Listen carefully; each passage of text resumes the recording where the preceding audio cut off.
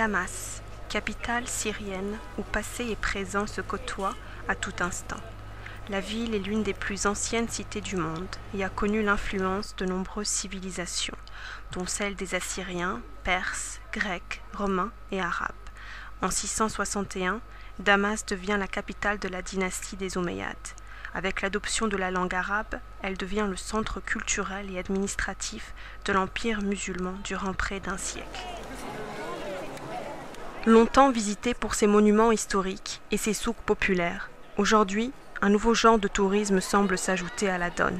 Un tourisme à caractère religieux qui certes ne date pas d'hier, mais dont le nombre accru de pèlerins fait aujourd'hui toute la différence. En effet, le nombre croissant de ces visiteurs contribue à l'originalité et à la renaissance de ce pèlerinage qui a toujours existé.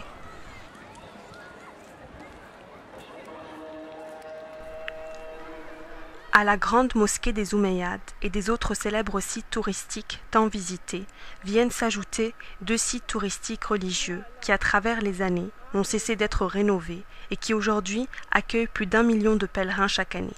Ils viennent d'Iran, d'Irak, du Golfe arabo-persique, du Pakistan, d'Afghanistan, du Liban et de la Syrie pour rendre visite au mausolée de Saïda Zainab et Saïda Ruqayya. Les pèlerins viennent rendre grâce à Saïda Zainab, fille de l'imam Ali et petite-fille du prophète. Ils prennent sa baraka en touchant son tombeau et pleurent sur ses malheurs et ceux de sa famille sacrée. En effet, le pèlerinage du mausolée de Zainab rappelle aux pèlerins les souffrances de Zainab et de toute la famille du prophète, dont un grand nombre sont tombés en martyrs durant Ashura contre les Omeyyades, et qui s'est achevé par le martyre de Hussein, fils de l'imam Ali et frère de Zainab. Le rite de Ashura est d'ailleurs célébré dans le mausolée chaque année. Ce renouveau symbolique de la commémoration d'Ashura, en particulier chez les chiites, est un des facteurs qui explique le nombre croissant de pèlerins.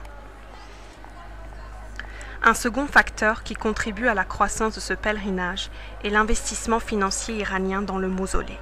En effet, le mausolée a été reconstruit par l'Iran dans les années 70. En 1988, une société mixte syro-iranienne a été créée dans le but de construire un grand complexe hôtelier, un terrain de 300 000 m² qui entourait la tombe de la fille de l'imam Ali a été cédé pour 15 millions de livres syriennes, soit 300 000 $, à une société mixte de gestion du mausolée. C'est d'ailleurs le seul endroit en Syrie où l'appel à la prière est effectué selon le rite ja'farite. Situé à 7 km de la capitale, le mausolée a sa propre vie économique et ses infrastructures touristiques sont en plein développement. 2 hôtels sont en construction au nord-ouest du mausolée. Des restaurants et différents services sont prévus à l'intérieur et autour de ces hôtels. Saïda Zainab devient un centre économique et touristique. À l'investissement iranien s'ajoute celui d'autres communautés qui ont investi dans la ville damassienne. Ainsi, de nombreux réfugiés irakiens y résident auprès de Pakistanais, d'Afghans et d'Iraniens. Autre fait marquant, la majorité des pèlerins ne sont pas des Arabes, mais des Iraniens, Pakistanais, des Indiens et des Afghans. Situé dans la vieille ville de Damas, le mausolée de Saïda Ruqayya, fille de l'imam Hussein, a été entièrement rénové et agrandi par un financement direct du gouvernement iranien, en coopération avec le ministère syrien des Waqf. Pour ce faire, une partie d'un ancien quartier a été complètement rasée. À la sortie du mausolée, les pèlerins se promènent dans le souk al-Hamediyeh. Le souk se prolonge en ligne droite de l'ouest à l'emplacement de l'ancien Bab al-Nasr, jusqu'à la mosquée Omeyyade. Il fut construit en 1863, à l'époque ottomane, sous le règne du sultan Abdelhamid, dont il porte le nom. Dans sa couverture métallique, d'innombrables petites ouvertures laissent filtrer les rayons du soleil dans la pénombre des souks. Ces commerces exposent toutes sortes de marchandises, en particulier des vêtements, tissus, des pâtisseries et les produits de l'artisanat.